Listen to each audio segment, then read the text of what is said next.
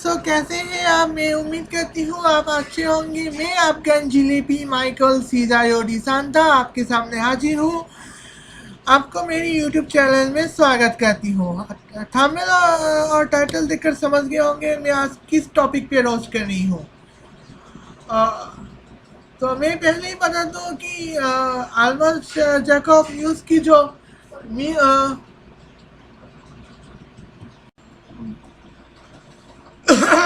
Sorry यहाँ पे थोड़ी सी आर्गूमेंट हो रही थी घर पे, इसलिए माफ कर देना। खैर पॉइंट में आती हूँ। आलमा जैकब यहाँ पे काफ़ी सारी मिस इन्फॉर्मेशन दी रखी है नेचुरल इलेक्ट्रिसिटी के बारे में। तो इसके बारे में हमें क्या करनी है ये हमें बताऊंगी। तो उससे पहले आप चलिए देखते हैं आलमा जैकब क्या कहने की कोशिश कर रहे थे। चलिए देखते हैं। Welcome to Almas Jacob news. मैं हूं अलमास जेकब और आप देख रहे हैं Korean artificial sun sets world record at 100 million degrees. Now, nuclear scientists in South Korea have conducted a revolutionary experiment creating an artificial sun, taking a huge step towards potentially developing clean nuclear energy. South Korea's experimental fusion reactor, known as K-STAR, also called an artificial sun, has set a world record by maintaining a temperature of over 100 million degrees Celsius. China के मसनूई सूरज के बाद nuclear fusion reactor से बिजली बनाने की दौड़ में Korea के मनसूई सूरज के स्टार ने 20 सेकंड के लिए 100 मिलियन डिग्री टेम्परेचर बरकरार रखकर वर्ल्ड रिकॉर्ड बना लिया है, जिस पर Korea institute of fusion energy, shawl national university और कोलंबिया यूनिवर्सिटी, जिसका ताल्लुक अमेरिका से है, बहुत खुश हैं। कोरिया में के स्टार ही सिर्फ एक न्यूक्लियर फ्यूजन रिएक्टर नहीं है, बल्कि बहुत से न्यूक्लियर फ्यूजन रिएक्टर्स इस वक्त काम कर रहे हैं, मगर उन सब रिएक्टर्स ने इतना ज्यादा टेम्परेचर वो भी 20 सेकंड्स तक के लिए मेंटेन नहीं किया, जिसकी वजह से के स्टार न्यूक्लियर फ्यूजन रिएक्टर के इस कारनामे को वर्ल्ड रिकॉर्ड कहा जा रहा है। के स्टार में काम करने वाले रिसर्चर्स का प्लान है कि साल 2025 तक ये रिएक्टर 300 सेकंड्स तक 100 मिलियन डिग्री से भी ज्यादा प्लाज्मा हीट टेम्परेचर को बर्दाश्त कर सके। मजीद बात करने से पहले चैनल को सब्सक्राइब करें और बेल आइकन को प्रेस कर लें ताकि आने वाली मजीद वीडियोस आप तक पहुंच सकें। अजीजों, अगर आपको याद हो तो इकोनॉमिस्ट मैगजीन 2021 के कवर पर विंड टर्बाइन बनी हुई थी, जिसके बारे में मैंने आपको बताया था कि इसका ताल्लुक चाइना से है, क्योंकि दुनिया में सबसे ज्यादा हवा से बिजली बनाने वाला मुल्क चाइना ही है और वो मजीद विंड टर्बाइंस लगाते जा रहे हैं और साल 2025 तक उनका प्लान है कि वो 1000 गीगावाट्स तक बिजली उस विंड टर्बाइन से बना सकें। मेरे ख्याल से न्यूक्लियर फ्यूजन से बिजली बनाने से ज्यादा सेफ तरीका हवा से बिजली बनाना है और फ्यूचर में यही तरीका ज्यादा इस्तेमाल किया जाएगा। इस वक्त हर दूसरा मुल्क न्यूक्लियर फ्यूजन से बिजली बनाने के पीछे पड़ा हुआ है और इस रेस में कोरिया फिलहाल आगे बढ़ता हुआ, एक कदम आगे बढ़ता हुआ हमें दिखाई दे रहा है। जहां न्यूक्लियर फ्यूजन से बिजली सस्ती बनाई जा सकती है, वहां अगर खुदा ना करे कोई हादसा हो जाए तो उसके नुकसानात सालों साल हमारा पीछा नहीं छोड़ेंगे। अगर देखा जाए तो इंसान इस वक्त दोनों हाथों से हमारी इस प्यारी सी दुनिया को तबाह करने में तुला हुआ है। आपका क्या ख्याल है? क्या न्यूक्लियर फ्यूजन से बिजली बनाना ज्यादा सेफ है, ज्यादा फायदेमंद है, या हवा से बिजली बनाना? इससे पहले सॉरी फॉर इसलिए कि क्योंकि बीच में हमें ये वीडियो बनानी पड़ी। तो यहाँ पे मैं आपको बताऊंगी कि हमें सोलर पैनल्स और सोलर इलेक्ट्रिसिटी और विंड इलेक्ट्रिसिटी कैसे काम करते हैं। तो विंड इलेक्ट्रिसिटी दरअसल ऐसा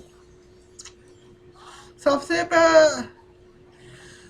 तो मेरे ख्याल से दोनों ही सोलर पैनल ही मैं कह पाऊंगी और वही काफ़ी है, क्योंकि कोरिया में सोलर पैनल काम नहीं करते हो। तो खैर सोलर पैनल के लिए एक प्लेट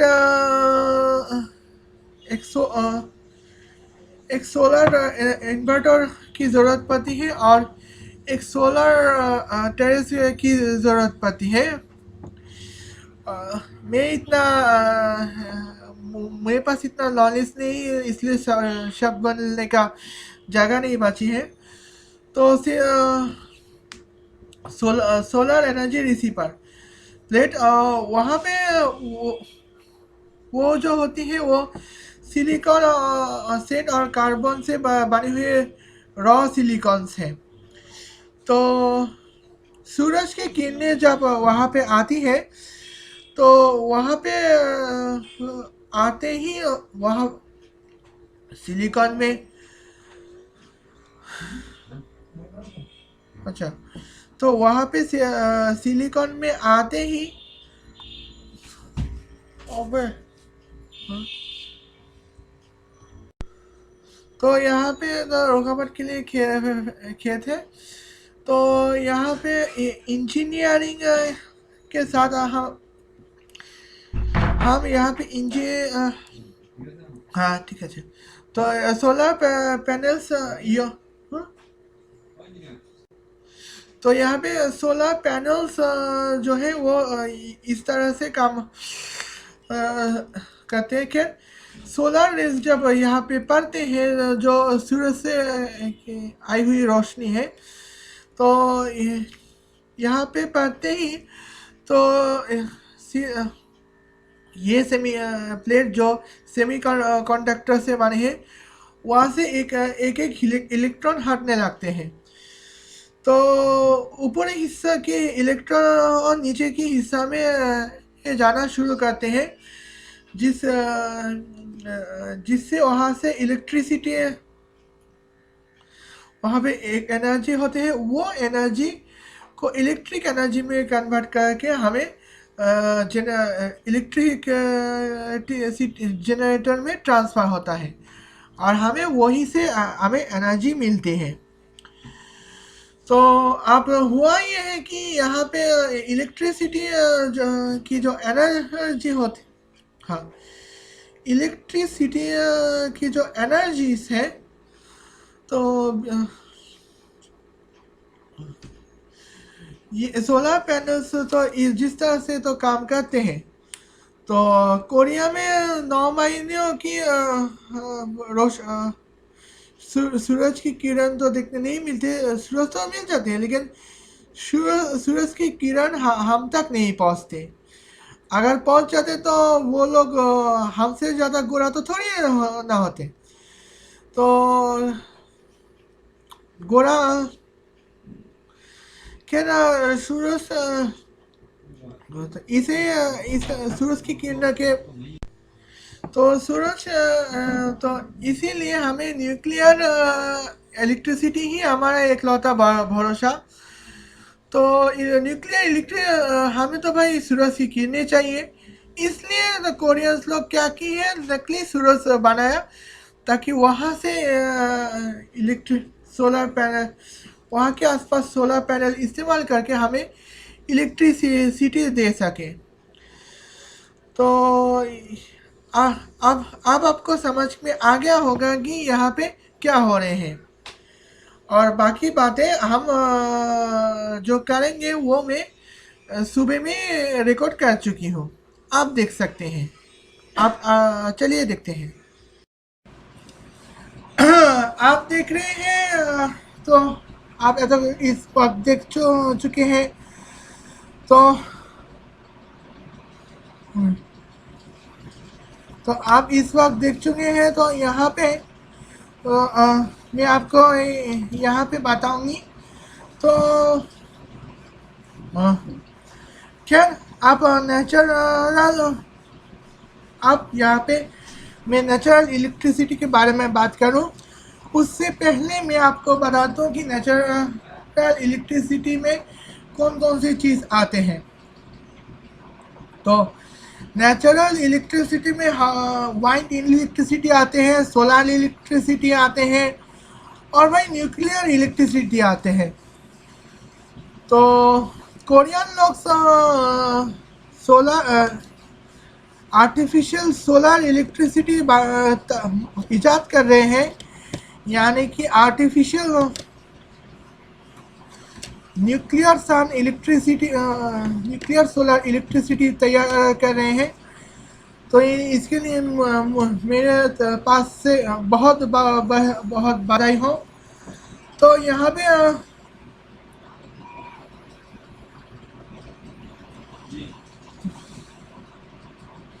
तो यहाँ पे तो बहुत बाधाएं होने के वजह से तो मैं आपको बहुत बड़ी तादाद मुबारकबाद देती हूँ।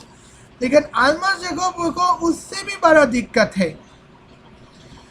तो क्या दिक्कत है मैं आपको बताती हूँ। दिक्कत ये है कि चाइना में तो वाइंड इलेक्ट्रिसिटी हो रही है, और तो फिर आर्टिफिशियल सोलर इलेक्ट्रिसिटी की क्या ज़रूरत है। तो अल्मास जैकब को ये लगता है कि कोरिया की आर्टिफिशियल सोलर इलेक्ट्रिसिटी दुनिया को तबाह करने के लिए ही बनाए गए हैं। तो उनको फिक्र ये है कि जब आर्टिफिशियल सोलर इलेक्ट्रिसिटी ईजाद की जाएगी तब दुनिया में क्या क्या तबाही होगी, इसके लिए हम सब की फिक्र है। तो पहले पॉइंट मैं आपको बता दूं कि कोरिया जो है वो हमारे तरह 23 डिग्री नॉर्थ में नहीं रहते, बल्कि 35 डिग्री से 38 डिग्री नॉर्थ पे रहते हैं। तो वहाँ पे क्या होता है कि हमारे साउथ इंडिया में 6 महीने गर्मियों का मौसम और 6 महीने का सर्दियों का मौसम होता है, लेकिन वहाँ ऐसा बिल्कुल नहीं है। वहाँ 3 महीने गर्मी का मौसम होता है और 9 महीने सर्दियों का मौसम होता है। तो नॉर्थ कोरिया को या फिर साउथ कोरिया ऐसे मुल्क में एरिया में रहते हैं जहाँ पे सर्दियों का मौसम 9 महीने हो। तो इन 9 महीने के सर्दियों का मौसम में सूरज को देखा ही नहीं जा सका। तो सूरज जब हम देख नहीं पा रहे तो हम सोलर इलेक्ट्रिसिटी क्या बनाएंगे। तो आजकल भारत सोलर इलेक्ट्रिसिटी में ताकत के आरोच पे रहते हैं। तो सोलर इलेक्ट्रिसिटी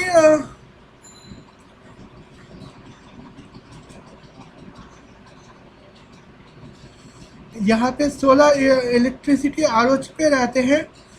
तो भारत में सूरज को 6 महीने कम्प्लीटली और दिखाई देती है, और 6 महीने तो कम से कम सिर्फ दिखाई देती है।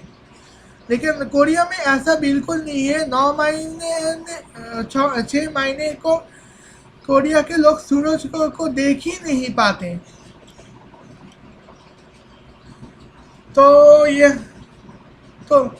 जिसकी वजह से सूरज की किरणें का एडवांटेज नहीं मिलता।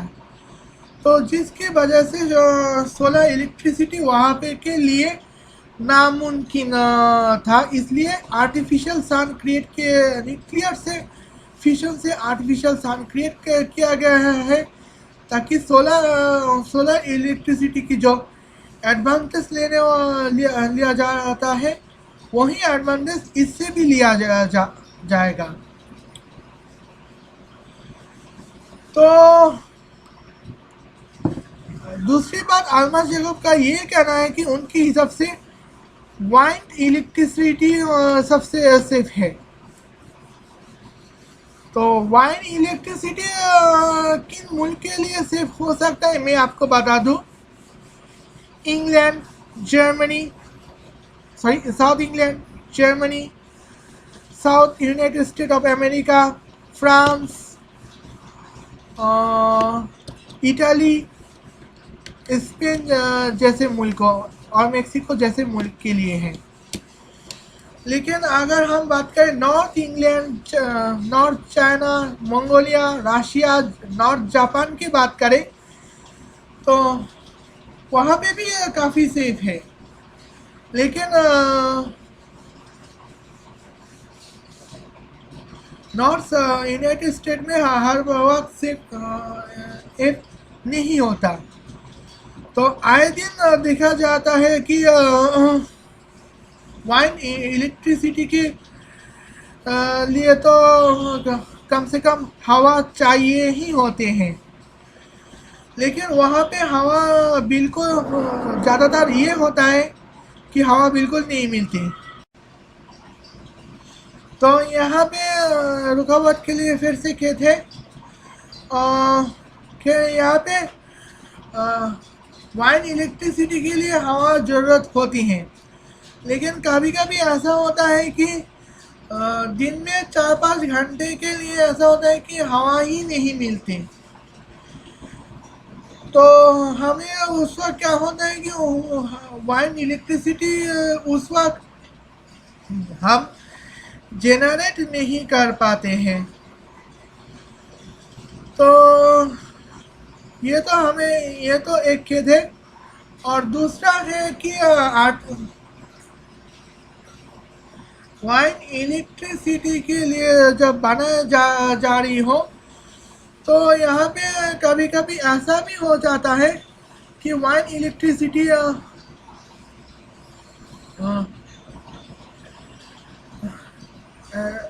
ऐसे जगह पे है, वहाँ पे अगर ज़रा सा भी टॉर्नेडो या फिर साइक्लोन आ जाए तो ये भी टूट सकते हैं।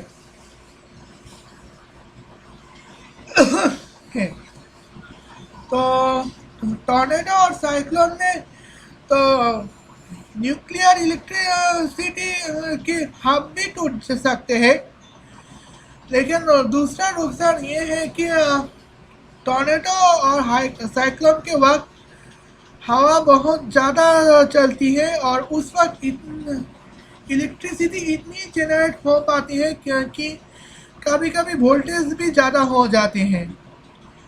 तो अगर आप सही वक्त पे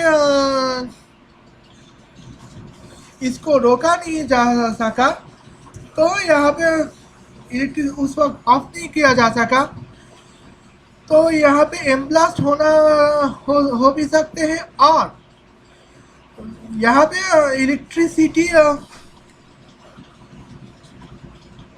यहाँ पे जो इलेक्ट्रिसिटी जो है वो यहाँ पे नष्ट हो सकते हैं। यानी कि जहाँ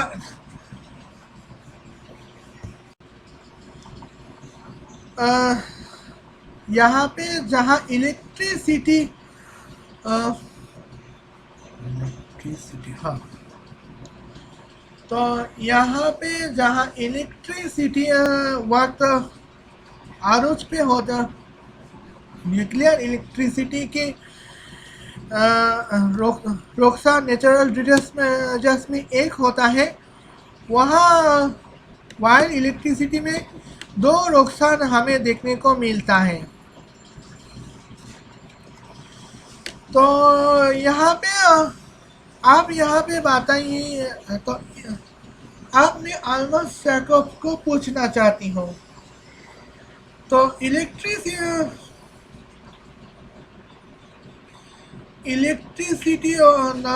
नष्ट कर सर यहाँ पे एक और इलेक्ट्रिसिटी मौजूद है, वाटर इलेक्ट्रिसिटी।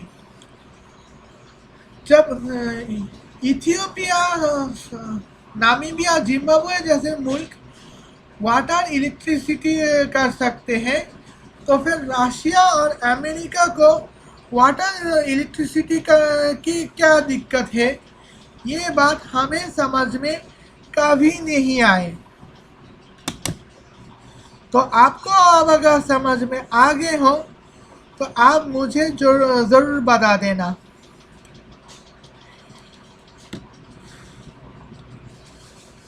तो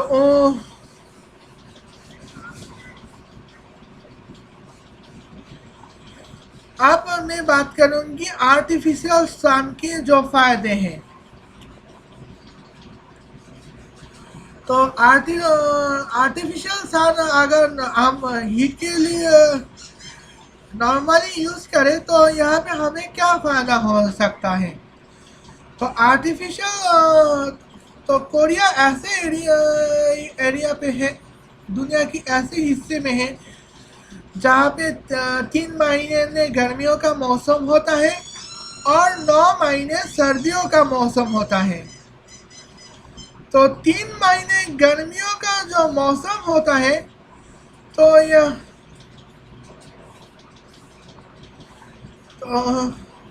यहाँ पे सर्दियों का मौसम हमें देखने को मिलता है।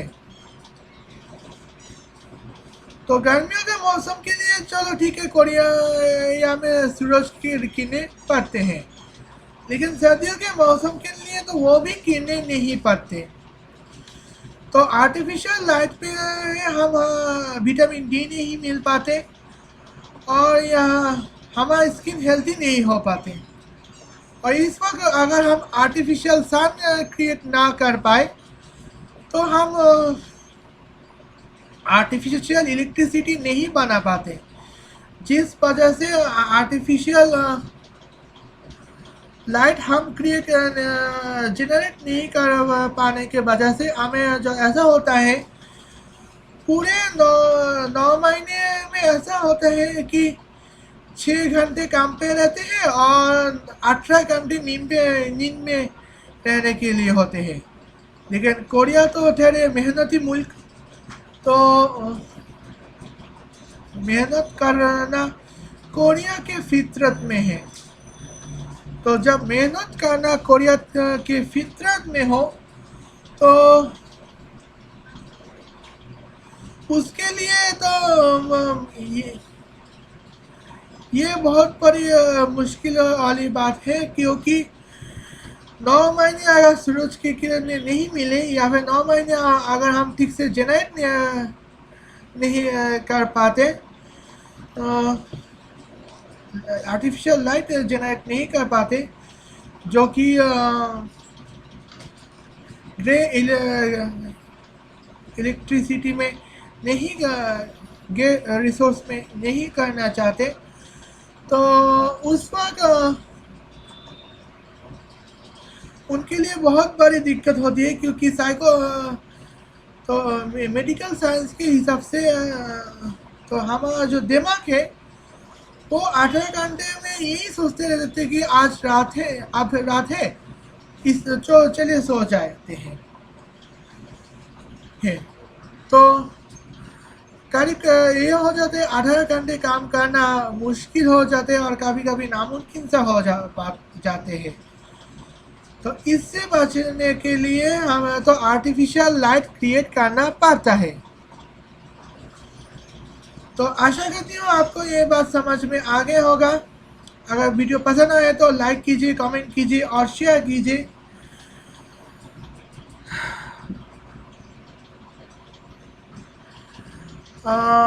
चैनल में नए आए हैं तो सब्सक्राइब कर सकते हैं, नहीं करना है तो आपकी मर्जी। आज के लिए बस इतना ही, तब तक के लिए अस्सलाम वालेकुम।